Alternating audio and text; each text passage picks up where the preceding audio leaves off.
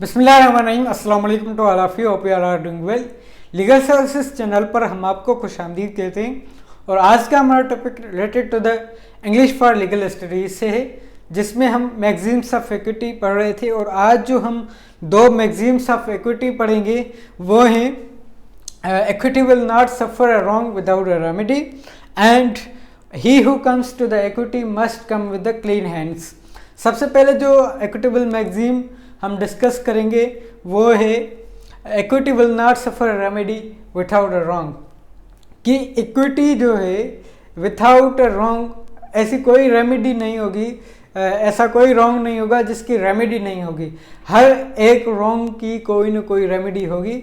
Equity जो है common law के डिफेक्ट्स को अपने आप में शामिल नहीं होने देगा। लेट्स डिस्कस फर्दर, इसको डिस्क्राइब करते हैं किस तरीके से और ये क्या है। सबसे पहले कहता है this is restatement of a broad legal principle. ये एक बहुत बड़े ब्रॉड लीगल प्रिंसिपल की रीस्टेटमेंट है, वो है इबी रेमेडियम।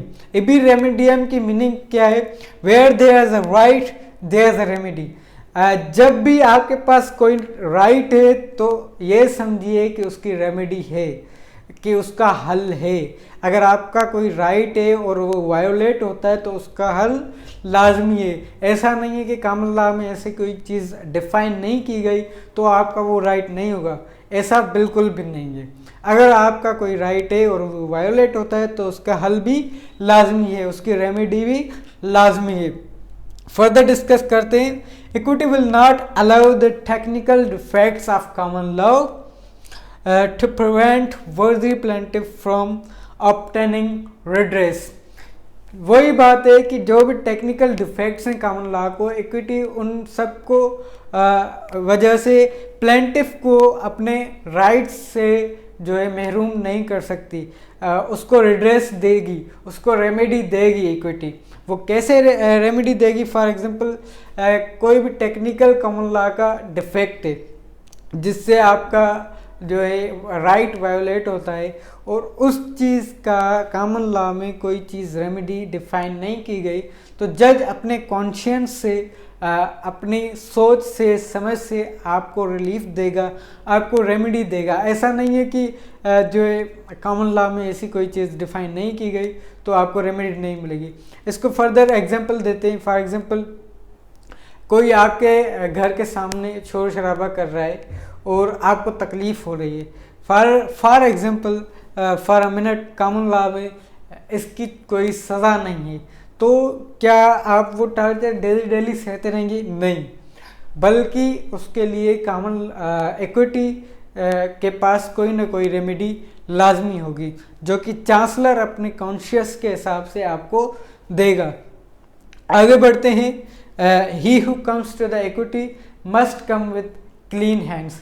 अब इसमें क्या है कि जो भी इक्विटी की कोर्ट में जाएगा उसको क्लीन हैंड्स के साथ जाना पड़ेगा। ऐसा ना हो कि वो क्राइम कर फिर उसका ही राइट मांगने कोर्ट में चला जाए, इसके खिलाफ है इक्विटी।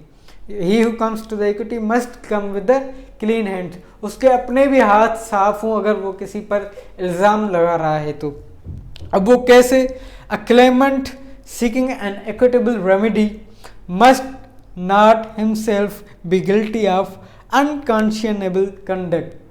वही बात है, जो भी प्लेंटिफ इक्विटेबल कोर्ट से कोई रिलीफ चाहता है, कोई रेमेडी चाहता है, वो किसी अनकॉन्शियसेबल कंडक्ट का जो है गिल्टी ना हो, उसने कोई गुनाह ना किया हो। आगे बढ़ते हैं। द कोर्ट में therefore consider the past conduct of the claimant related to the issue. अगर वो क्लीन हैंड्स के साथ नहीं आता या पास्ट में उसने ऐसा कोई ख़राब काम किया है जो कि अगेंस्ट द लॉ है, तो फिर देखा जाएगा कि ये हैबिचुअल ऑफेंडर तो नहीं है। तो जो भी इक्विटेबल कोर्ट में जाता है तो उसको क्लीन हैंड्स के साथ जाना पड़ता है। अब उसमें एक केस लॉ है, Cleaver versus Mutual Reserve Fund Life Association 1892। इसमें क्या होता है कि एक लेडी होती है, वो अपने शोहर को कत्ल कर देती है।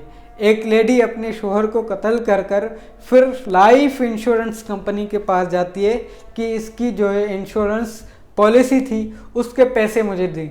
फिर वो इंश्योरेंस कंपनी क्या करती है, वो कोर्ट में केस कर देती है कि इसी ने अपने शोहर को कत्ल किया है और ये ही हमसे जो है पैसे मांग रही है लाइफ इंश्योरेंस से। तो उस पर चांसलर ने ये कहा कि हु